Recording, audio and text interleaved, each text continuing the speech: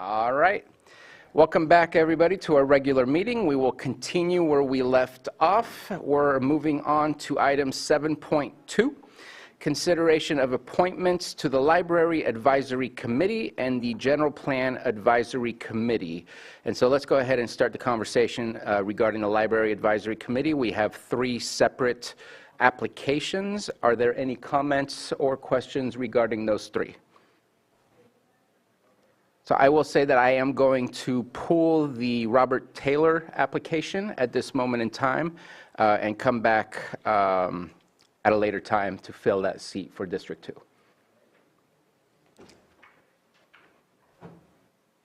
If there's no further comments or questions, then let's go ahead and open it up for public comment. Any comments regarding 7.2 Library Advisory Committee? Seeing none on Zoom and none in the chamber, let's go ahead and bring it back to the board for action. I move that we approve Esther Wallace and Heidi Kracklau to You can go ahead and the finish. Library Advisory Committee. Second. We have a motion and a second. All in favor? Aye. Aye. Any opposed? All right, motion carries. Next, we have the continuation from what we had, I believe, a week ago, if not 2 weeks ago, for our General Plan Advisory Committee. We have a list of individuals for District 1, District 2, and Water and Cannabis, I believe, from the top of my head. Any comments or questions regarding this item? Just clarification, says we have 5 vacancies, tribal cannabis, water district, District 1. So is it, We do not have a tribal application. yeah, and so we have 3 for District 1. Yes, and so we're going to have to pick one of those. 4. In fact, I would even change my language and say, you need to pick. Yeah, there you go. You know, obviously, I see some names very well known, on here, but, I think for me, I'm going to go with District 1 will be Daniel Tyrell. Okay. Dan Tyrell. And then I do have 2 for District 2, and I am going to choose the one that I sought out, which was Fawn Williams, who is also the chair of the Planning Commission for the City of Clear Lake, therefore has some good experience with reviewing things like general plans and whatnot. Any further comments or questions?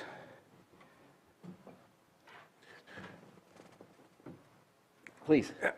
And if I'm straying off here, let me know, but there's also going to be a committee at the local level too for the area plans? If you could please come up directly. Just for clarification. You need to remind us on what we approved and did not approve. Yeah. To date, Mireya Turner, Community Development Director, to date, the board has appointed only members to a GPAC. Okay. We do not have clear plans to create local area plan advisory committees, though if the board would like to discuss that, we're always open to it. Okay. Just clarification. And that would be for a future conversation. Yeah. That is the state of the matter at this moment in time. So I will say one other comment before we move forward, and I hope this is taken well by my colleagues, and this includes me. I feel that we are making a mistake in what the composition of our committee looks like, and I'm going to stress on the looks like. This is a 2050 general plan. We're looking into the future. We've had many conversations, including visioning forums about equity, diversity, and inclusion, and this does not feel like a very inclusive committee to represent a cross-section of our community, whether geographically or whether demographically. And I think that we just had a conversation earlier regarding inclusivity. And when I review all of the names that will be and have been approved, there is one missing application, and that is tribal. And at the same time, the other 14 individuals that will have been approved have very similar demographics. I think we all need to push ourselves to do better, to ensure that we have our community being represented. and in fact, even seeking new individuals within our community so that we can get people to participate that maybe were apprehensive to participate or never felt that they would be chosen to participate, to expand our scope of diversity and participation in these types of things. So I just felt the need as I went through this that was striking to me. And again, I'm in the same boat. I am not excluding myself from saying we need to do better. But I just wanted to express that because I think it's one of those things that we talk about. And I know I've even been called out by my colleague, and here I am doing the same thing where we talk about it, but I'm not doing it. And so at this moment in time, I know that we have a timeline and that we need to get things going, so I do not want to restrict Director Turner from being able to move forward. So I will be approving what is on here, but I think that we all need to take a greater look at how we form committees to ensure that our community feels like they can participate no matter who they are, what they are, or where they might come from. And I'll stop there. And if there's any further comments, I'm open for it, or else I'll open it up to public comment. I completely agree and definitely accept that challenge as we move forward. I'm hoping when we do our municipal advisory committee and we start those there, that we get, a different array of folks that were involved in the last time this happened. So appreciate, the tribal application there, but we know that we have other minority groups that should be representative, that have a lot of businesses in our area, and hopefully we get that community participation as we move through that process. So hear you loud and clear. Thank you. And I see no hands up in the, sorry about that.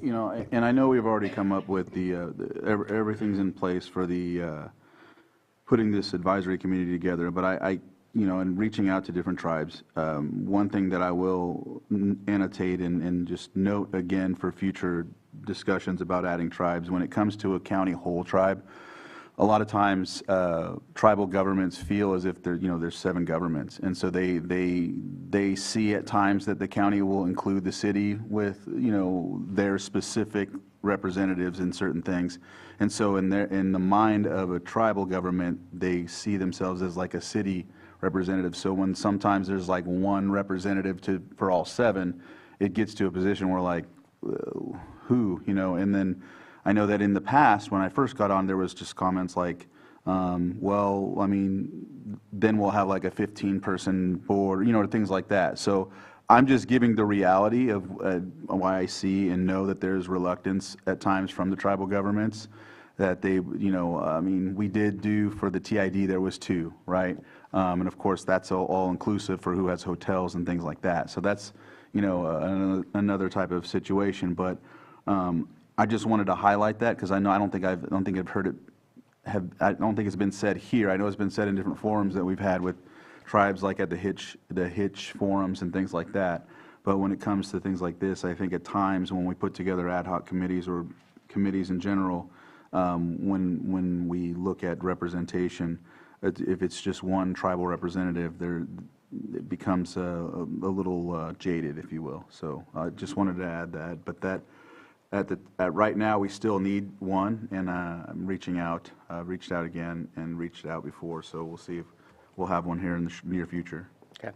Thank you for your comments, and I think a good analogy is I don't know that either city would feel comfortable with only one representing both cities and speaking for both cities, and I think each tribe is looking for that singular voice for that specific tribe, and so I'm going to have to agree with you on that it's a struggle, but I think it can also be up to us to make those changes and figure out ways to make this happen.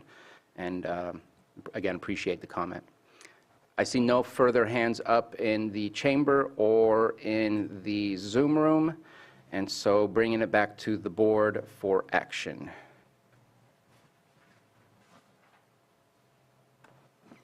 What was let's see here. Guess I'll try and get it here. So we have Carolyn Hillman for the agricultural or cannabis, Benjamin Murphy for Water District, Dan Terrell for District 1, and then was it Deborah or Fawn Williams. Fawn Williams for District 2 for the General Plan Advisory Committee, and I think I read out specifically what they were for. Yeah. Second. We have a motion and a second. All in favor? Aye. Any opposed? Motion carries, and just real quick, thank you very much for everybody that did apply. We had more people that applied than we had positions, so appreciate all those that both were selected and not selected, and I hope that those that were selected, that my comments were not offensive to you. Thank you. We're going to move on to our item 7.3, consideration of revisions to the employee appreciation and team building policy. Looks like we have our auditor controller and our deputy CAO Carter. Bless you.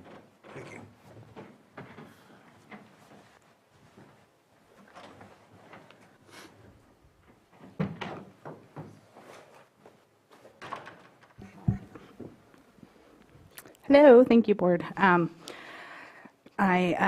Well, let's see. Certain aspects of the employee appreciation and team building policy spurred discussion in the last few months, and I brought it up at a department head meeting. So I was then tasked with getting together with the department heads, getting all the feedback, and providing some updates for the Board to review and hopefully approve.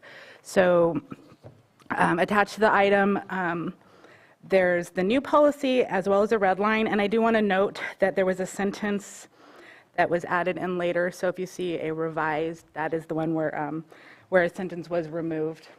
But I can go over the details of the changes. I'm not sure if you've read it or if you have any questions about any particular changes, or if you want me to go through it all. Just a quick question. The appropriate one that we're looking at is the corrected employee appreciation, where the line came back because previously it was completely struck out.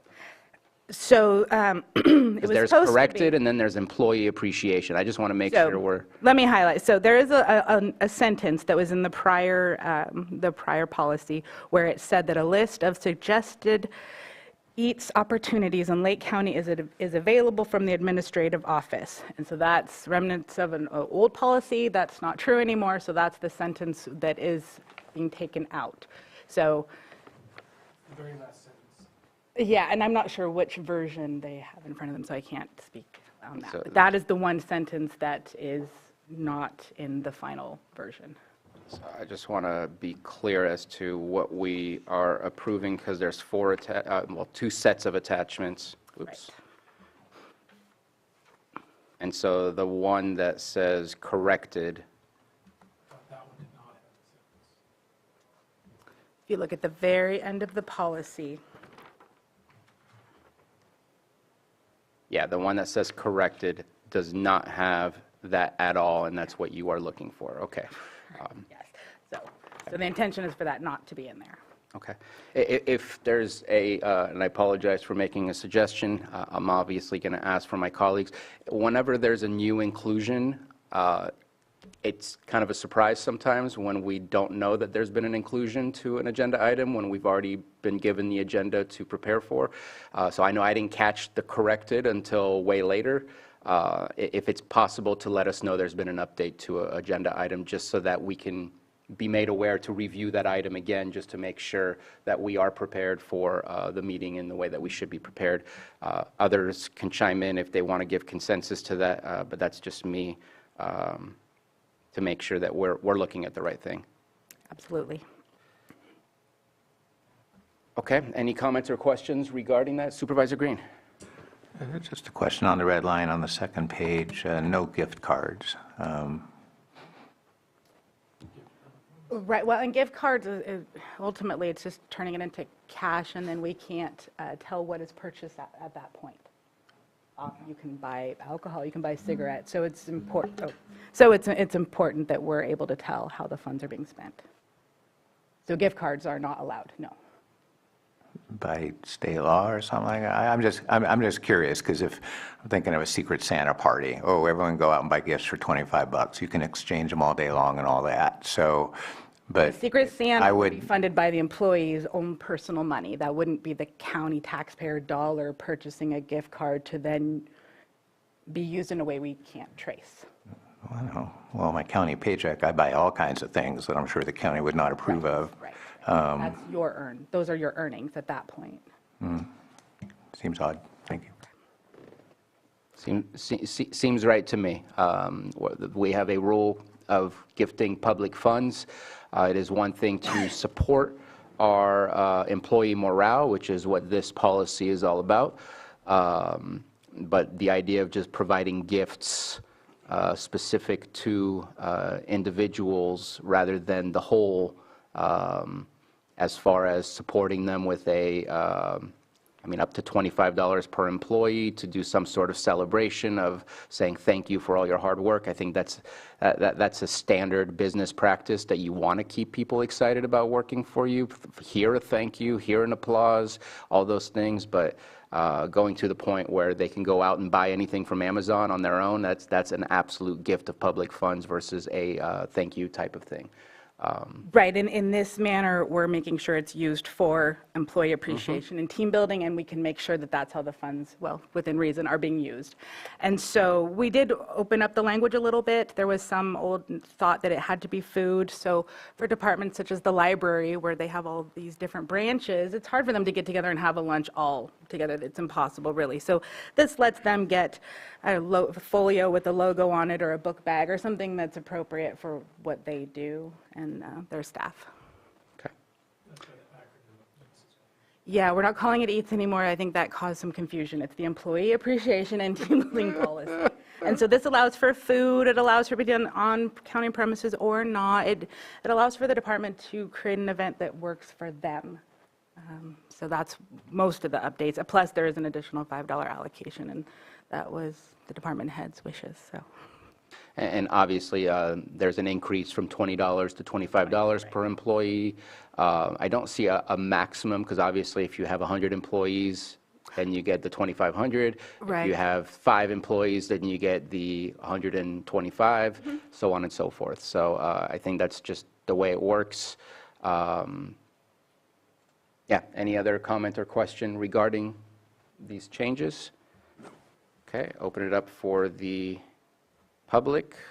Any comments or questions regarding this item? And bringing it back to the board.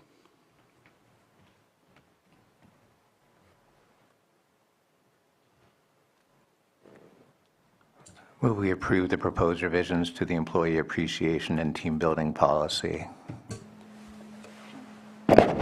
County Council? Yes, Mr. Chair, if I may add, for further clarification, the approval goes to the attachment labeled corrected. If you can speak into your microphone, Okay. I think that Sam Sorry. is trying to get your voice. Oh, That's okay. why it's loud.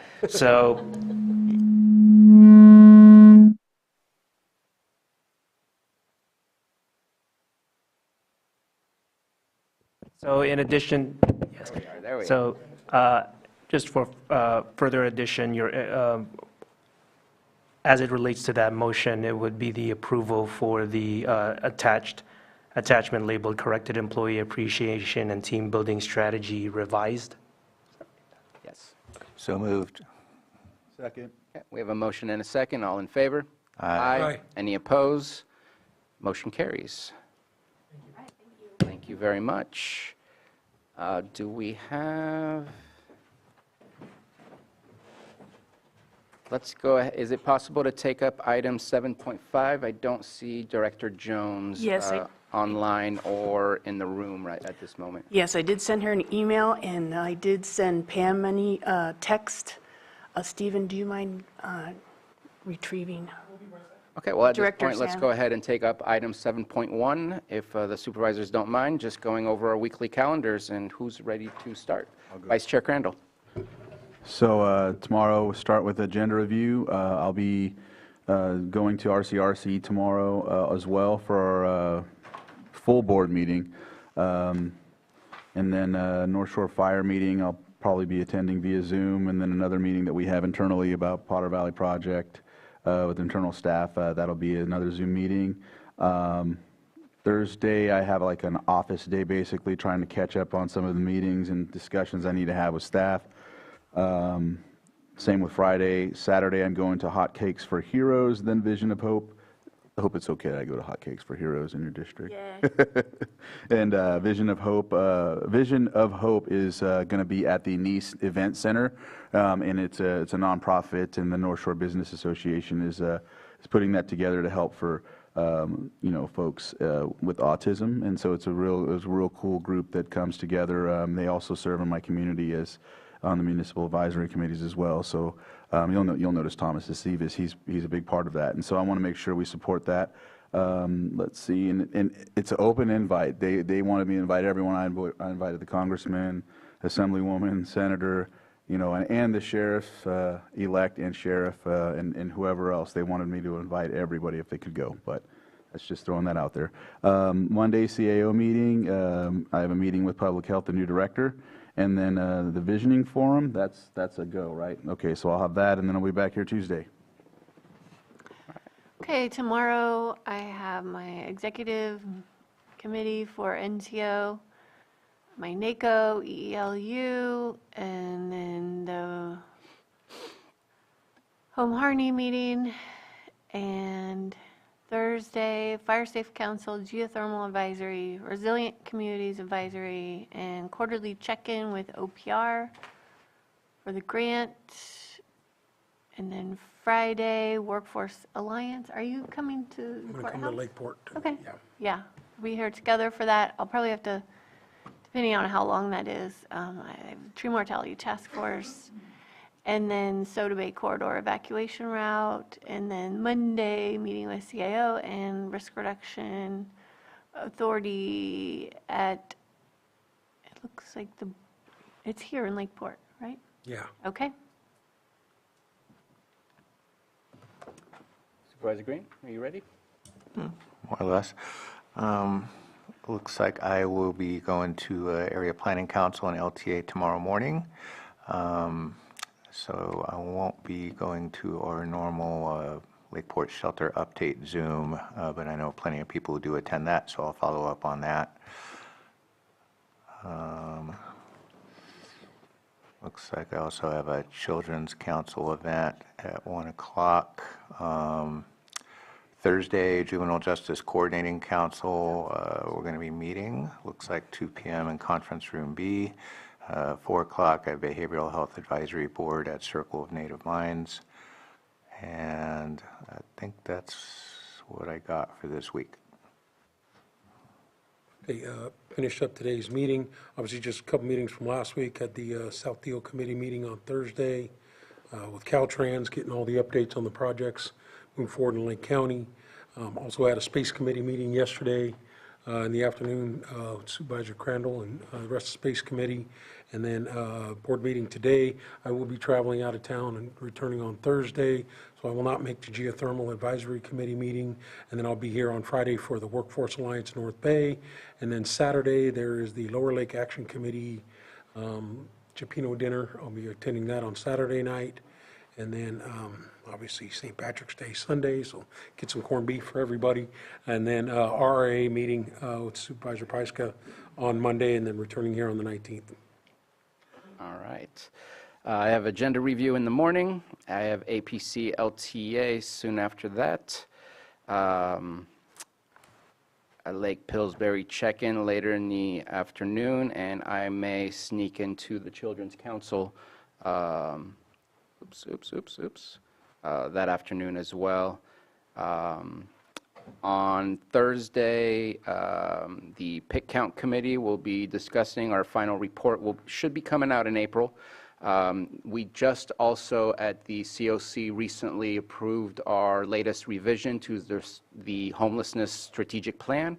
And I think between both the pick count and that strategic plan, that's been brought to the board in the past to at least identify what it is that we're working on, so the board can seek to find ways to align with that strategic plan. But I think that would be a good future agenda to bring to the board and talk about the pick count in our new revised strategic plan. So that's on the plan. Then I'll be going to spending a majority of the rest of my afternoon over at Woodland Community College. There will be a women's history, not women's history, it's a women's in education program that starts at 12 o'clock. And I know that Patricia Barba, who is the interim dean, will be there. Oh, I'm trying to go through the list off the top of my head. I believe Becky Salado, who is the superintendent of Canocta Unified School District, will be there. Angela Cuellar, who works for LCOE. And there's one more, I can't put my finger on it. But that's always been a good event, so I want to be there and support that event and the school activities and get to eat some good Aromas food. Later on that evening, Yuba Community College School District will be having their Board of Trustees meeting at the campus here in Clear Lake, or there in Clear Lake, and I will be attending that. Lately, there's been some good activities, especially with the new president, Lizette Navarrete, that started her position in late December, early January, and they are just about to post for the new dean position for a permanent position and hiring other permanent full-time positions as well. So there seems to be some really good positive activity going on that campus, and we all need our community colleges to be good community partners, so that's good news. On the 15th, there is a 90-day dash kickoff event that will be happening over in the Kelseyville Grace Church, and that's part of Hope Rising. So I'll be joining them, and later on that afternoon, I'll be involved in some conversations and sites for the LG Sonic group. And Saturday, I will also be at the Chipino. I got suckered into buying some tickets, but I'm looking forward to the feast. And that's over at the Masonic Lodge, I believe. Yeah. And then on Monday, I'll be meeting with the CAO as I get myself prepared for a meeting on the 19th. And that is all that I have. And it looks like we have Pam Samick from Human Resources. So let's go ahead and take up that item. And that would be item 7.5, consideration of updated hiring incentive policy to allow department heads to automatically qualify for the hiring incentive. And we have Ms. Samick and Deputy Director Carter. Deputy, sorry, I always get it wrong, I apologize. CAO Assistant Carter. Good afternoon. Yeah. Good afternoon, Pam Stanek, Human Resources Director. Today, we are presenting to you changes to the hiring incentive to allow department heads to automatically qualify for the $10,000, hiring incentive, 10% of the annual rate, not to exceed $10,000. The other change we're adding to this is to make this payable in 3 payments, which will help with collections and retention. And they still must be employed for the 2 years. And those are the changes in today's proposal. Okay. And I believe also if they leave prior to 2 years, it's a prorated Yes, thank you. amount that's returned to them. Correct. And that's specific to, again, the changes that you're speaking of for directors. Correct. Okay. Any comments or questions regarding this item? Mr. Assistant CAO Carter. I just wanted to give you a hard time there. I just wanted to make it clear that the version that's being projected right now is the full final version. The one that was attached to the agenda was a prior version that is incorrect. Okay. And this is the version with the additions. Correct. Because I think the additions was always correct as far as that one specific section for department heads. Correct. This is the same version, just without it being read. So it's the final version that will be implemented.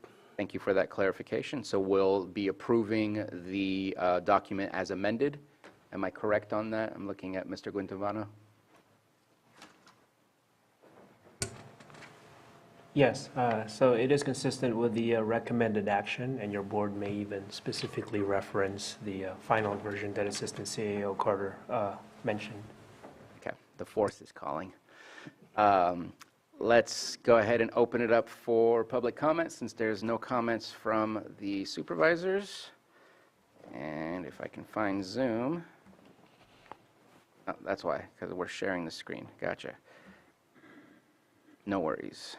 Let me get my participant list out. I see no hands. I see no hands here in the board chamber, so I'll bring it back to the board. I do have a quick question before we take action. Some of these, this would apply to some of the positions that are currently being flown, because this is upon hiring, not upon flying the position. I just wanted to clarify that, correct? Correct. Okay. Have we received applications for some of those positions currently? Yes. Okay. Okay. Thank you. Any further questions or comments? Oh, Supervisor Green. Yeah, I may be mixing and matching too many meetings, but I thought we were getting eligibility workers in here, That's a part 2. part 2. And is this the policy where we discuss proration? Because I don't see a prorate in here. Yes. It's within the red line, if you look at the red line document. It's the revised, well, I'm looking at the one that was just handed out here. So the one that's handed out not correct? No, it is, it's just, no, sorry, go ahead. Oh, It is, so if you look at the second bullet point to the last, it says will be paid back on a prorated basis. The employee must remain employed for the county for 2 years or repay the incentive on a prorated basis. All right, I'll take your word for it. Okay. And changes for anything other than department heads will be in version 2. So this change is only for department heads.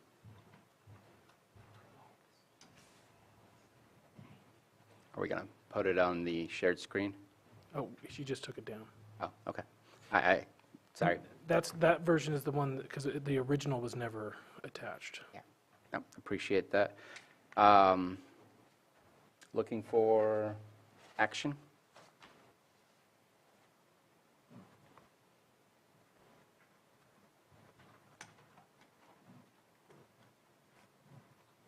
So I'm sorry, I'm going to interrupt real quick. In thinking about the response that I just received, just to explain my vote, if we're already getting applications and we did not advertise, if I'm correct, to state that there would be a hiring incentive, and we are already getting applications, I'm a little conflicted that we are looking to add something to the attraction of recruitment unless we already stated that there was going to be a hiring bonus in the flying of the positions. But if the case is that we did not advertise a hiring bonus and we're receiving applications, I almost feel like we can do that on a base that I'm uncomfortable voting yes to just give more when there's already the attraction to get those applications. Well, here's what we could do, because we have 2 department heads that are still running. All of them are running continuous, is we can, for the 2 that hit their first review date, we can go through those interviews. Should it not bring a qualified candidate, then we could add it back in for the 2 that are in first review. So just to get an answer to my question, though, we did not fly those positions with a hiring bonus attached to the advertisement. Did not, no, because I didn't have permission as of yet. And I appreciate the potential solution that you offered. I just wanted to make sure that that was clear. Okay, thank you. This is the motion document? That's the original. The red line one, Is there a clean version of the red line? So all we're doing is approving that one section, which is about the department heads. Now, actually, let me ask Mr. Guintavano if he can help us with what our statement and action should be. So your board may move to approve the updated hiring incentive policy to allow department heads to automatically qualify for the hiring incentive in accordance with the version that Assistant CAO Carter presented before your board today. So moved. Second. Okay, we have a motion and a second. All in favor? Aye. Any opposed? Nay. Motion carries. And so, Sorry, may I ask a clarifying question? Please. That is with the clarifier for the two positions that already hit first review. I think They that, won't? sorry, I just didn't wanna mean make to sure. interrupt.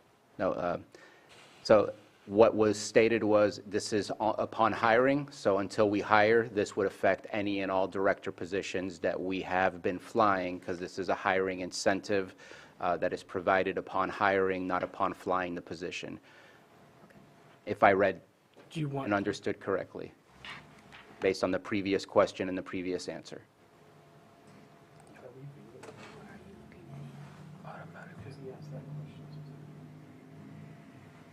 And I apologize for the interruption. It's upon the hiring. It is upon the hiring. Based on the red line versions as presented, as finalized in Assistant CEO Carter's presentation of what was presented before your board on screen. Okay. I think that clarifies for you. And thank you, Ms. Samick, for your presentation.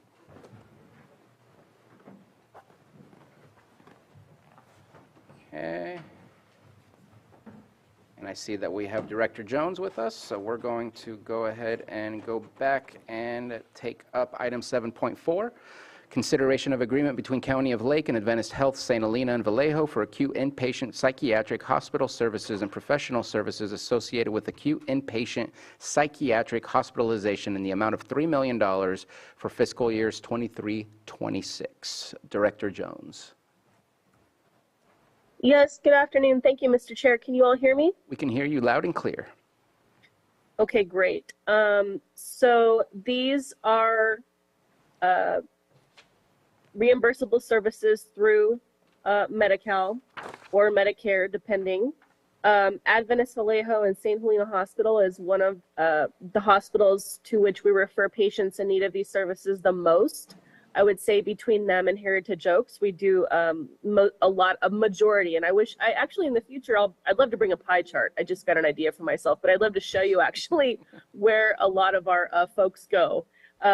So look for that here in the future, but this is one of the big people because they are close to us and we do try to keep people closer. It is a large dollar amount because hospitalizations are expensive. However, again, for Medicaid and Medi-Cal beneficiaries and for private insurance as well, these services are reimbursable. Thank you very much for your presentation. Any comments or questions regarding this item? So I do have some quick questions. I know that most of them can easily be answered, but just a quick question. Did those two facilities expand their services, or is it us that better understand how we can utilize their services? Because I know that it wasn't $3 million before. It was a lot less. I think it was in the $300,000 range. Just kind of wanted to check in and see if we are seeing a massive increase in the number of folks that they're able to serve for Lake County. That's a great question. The answer is twofold. The first part is that we're seeing an increase in general for people who are being acutely hospitalized for psychiatric reasons, which is on trend actually with the rest of the state. It's not a great statistic, but there you have it. And annually, even looking annually year to year to see who takes our patients year to year will change. And so Adventist has taken more of our patients than maybe other hospital systems. But again, we're seeing an increased trend across the board of hospitalizations. Okay. No, I appreciate the response. And then my last question, I think it also has an obvious answer, but just to make sure, this is $3 million that is reimbursable for those services provided? I do not believe that the full amount of $3 million is reimbursable. The county does have some share of cost, but it would be a significant amount depending on that person's aid code. Okay. Thank you again for the response. Any other comments or questions? Open it up for the public. Any comments or questions from the public? Bringing it back to the board for action.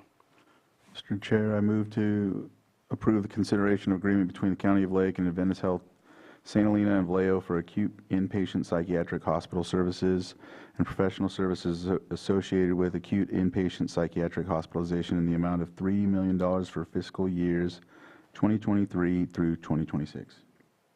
Second. We have a motion and a second. All in favor? Aye. And Any, do we need to amend? Just add that, and authorize the chair to sign. Still second. All right. Sorry, we cut you short on that. We have a motion and a second. All in favor? Aye. Aye. Any opposed? Motion carries. All right, thank you very much, Director Jones, and I believe that completes all of our open session. I don't believe I've missed anything. If that's the case, we will move on to our closed session where we have 2 items. 8.1, Public Employee Evaluation, title, County Librarian. 8.2, Public Employee Evaluation, title, Social Services Director. And with that, we are going to go into closed session.